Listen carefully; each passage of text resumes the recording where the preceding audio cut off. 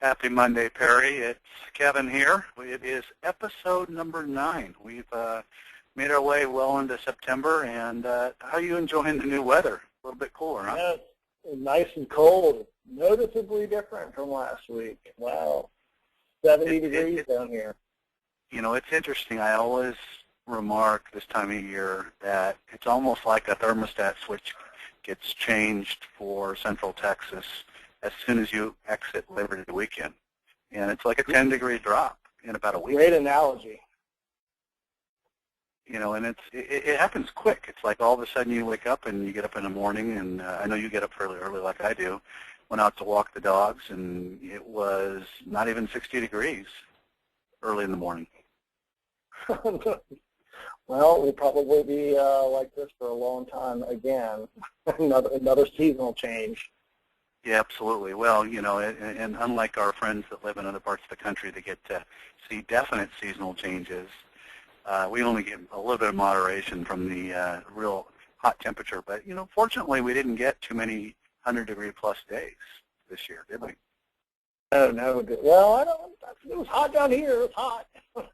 Well, it's hot, but if you think about last year, I just distinctly remember last year it was like 100 days straight of over 100 degrees, and we had those 112, 114-degree days, and we didn't have any of those this year.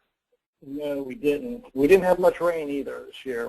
No, I'm hoping and praying for some good rain over the weekend, so we shall see, my friend. We shall see. Let's jump into the news. We got some good news for stuff to cover. Not so much the first article, but when we get into some of the depth here, I wanted to cover this, not that it's directly real estate related, but we know we have a lot of relocating buyers that don't live in Austin yet who are thinking about moving into the area. And one of the things I get asked a lot, and I know you do, is what should my considerations be for where I live relative to where I work from a traffic standpoint? And there was a recent Department of Transportation in Texas list that came out with the most congested roads. And in the show notes, there'll be a link to this full list. But our usual suspects, and again, this is mostly for people that don't live in Austin. If you live here, you know this. Loop 1 or Mopac is one of the most congested roads, is it not? It is. And Friday at 4 o'clock.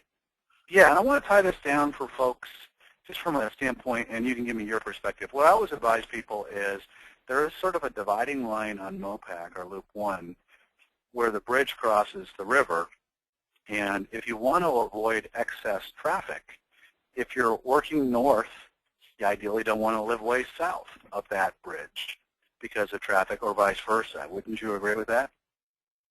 Yeah, there's a big challenge for that, too, because that south of the market is where a lot of great school systems are, and there's a real pull on that. I mean, if you have a great system down there and you have a large family that you want to get in the best schools money doesn't have to pay for, you may have to put up with that traffic, though, and because most of the executive jobs are up north.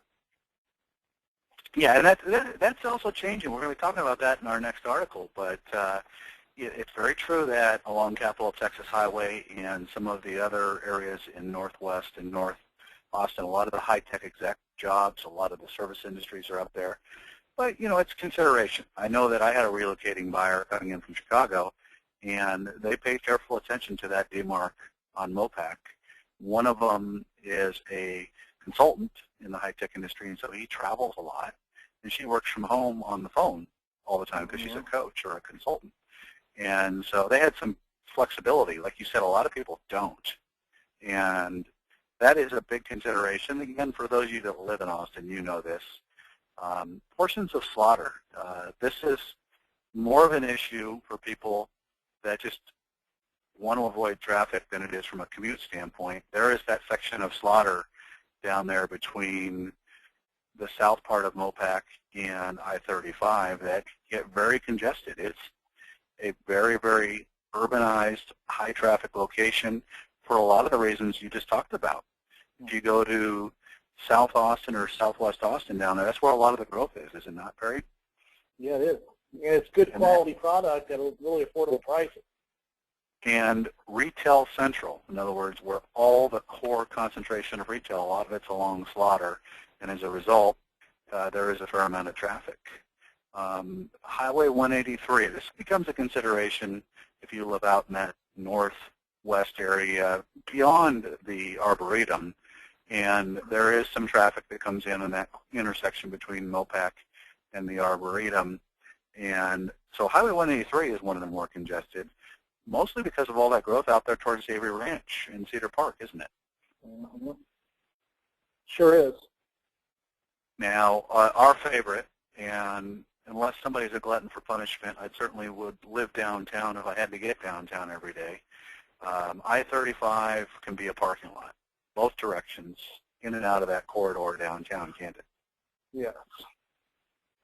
And there's no way around this, because during the same times that I-35 is jammed up, Mopac going south is usually pretty heavy too. Right. So it is a consideration for commuting from work to home and vice versa. If you're relocating in, you can certainly contact Perry and I, and we can give you some guidance depending on what you want your length of traffic. Now, for those of you that are relocating clients, I don't want to scare you about traffic. I come out of California. I have spent plenty of time when I used to travel for high tech driving in traffic in Los Angeles, driving in traffic in Chicago, driving in traffic in Houston. Our traffic in Austin is nothing like the big metropolitan area traffic. Does it slow down? Does it stop? Do you get some stop and go? Yes. Is it a shocker to people who are from Austin and been here for a while? Yes. Is it horrific like you'd see in some of these big cities like the LA Basin? No. And wouldn't you agree with that? I don't know how much. Not at all.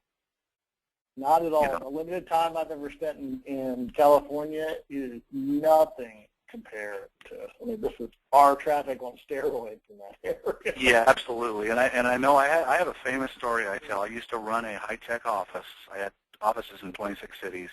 One of them was in Phoenix. One of them was in downtown LA. I used to live in Orange County, South Orange County, down in Laguna Beach area. I could drive to the airport in Orange County and fly to Phoenix, get a rental car, and drive to my office in Phoenix faster than I could drive from the Laguna Beach home I had to downtown LA. Only about, theoretically, an hour away, right? Yeah, and it would take me 3.5 hours, unless I left at, 4 o'clock in the morning. So that's a long story on traffic. We're going to get into the next story. And this is more exciting. We talk about downtown a lot and downtown Austin condos. There was a great article this week on digital downtown and basically ringing the bell on a significant in-migration of something that you're well aware of, but I think the average public is not aware of, which is high-tech startups, high-tech established firms are moving off Capitol Texas Highway, moving out of North and Northwest Austin, and they're actually setting up shop downtown, aren't they? It's pretty crazy, huh?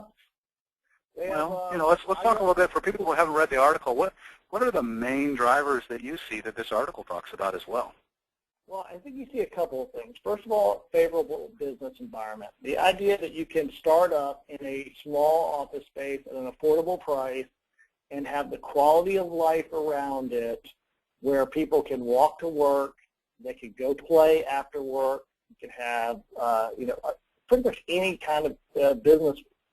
If you need anything large like the convention center or small like 1,000 square feet, you can find that in downtown Austin at an affordable price. And because these people are knowledge workers, they tend to make that money back very quickly as well. I'm sitting here looking at the map where all these are. I find it even more interesting that it's all clustered around between Colorado and San Jac. That's right around Congress Avenue, a real hot spot for all the lunch crowds and just really convenient spots and major transportation hubs, et cetera.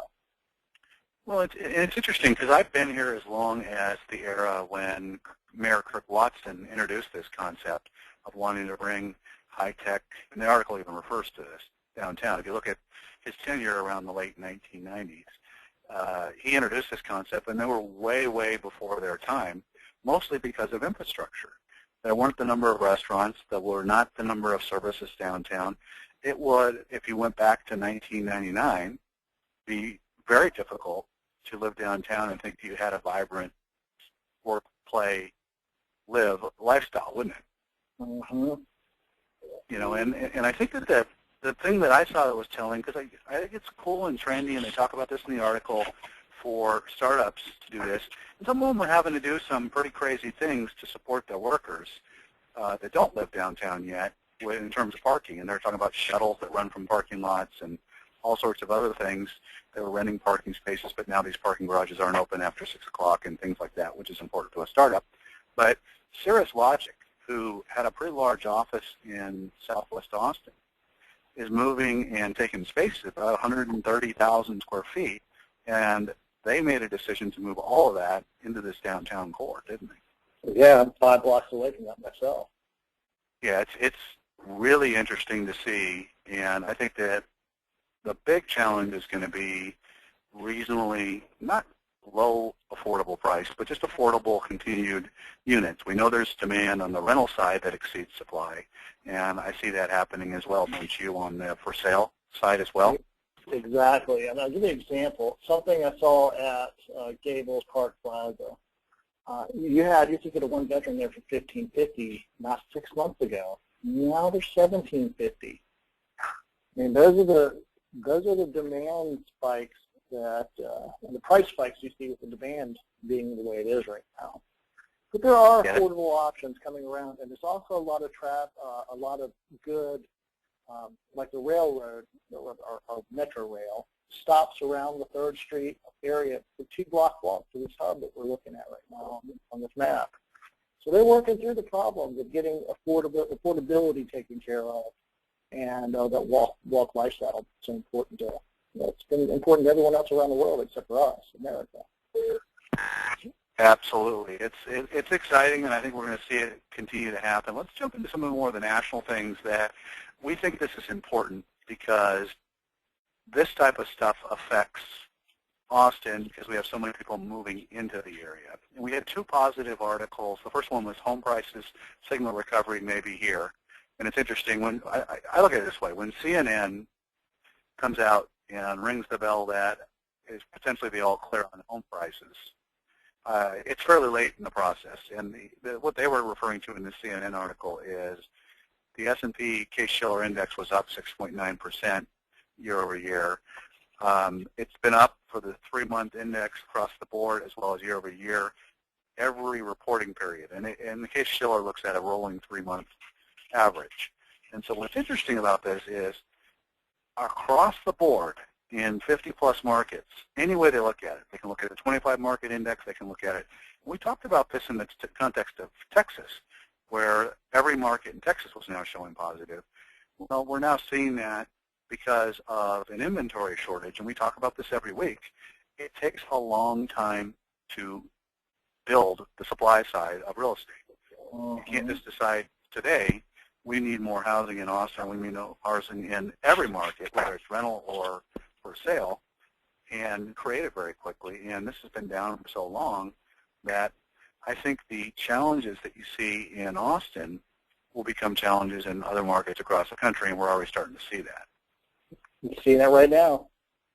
Absolutely. And you're starting to see it. I'm seeing references to it in other markets around the country. There was an article in the LA Times, for example, that talked about Bakersfield, because of high job growth there, having virtually no inventory available. So watch those inventory numbers, and this is a lead-in to our next article. Housing inventory came out, and it's down more than 23% year over year for September. So what this means is the most challenging part of the real estate market is going to be inventory. We may be hampered in Austin by the ability for this market to grow and for them to hire an adequate number of workers to meet demand by housing. It's going to potentially be a real challenge, not only across the country, but especially in Austin. We're looking at data here for 54 markets from Housing Tracker, and in every market, all 54, there's lower inventory, and they're starting to see it push housing prices up. We see this as an example for 2012. Every market in Texas shows positive things, and if you bring it down to the Austin area, we're seeing serious improvements in pricing. We're starting to see people, and I'm seeing people move prices up in the really tight areas as well. Multiple offers, higher than asking price, very common, especially in certain price ranges. But under $250,000 marketplace, really pushed to the limit. Absolutely. Absolutely.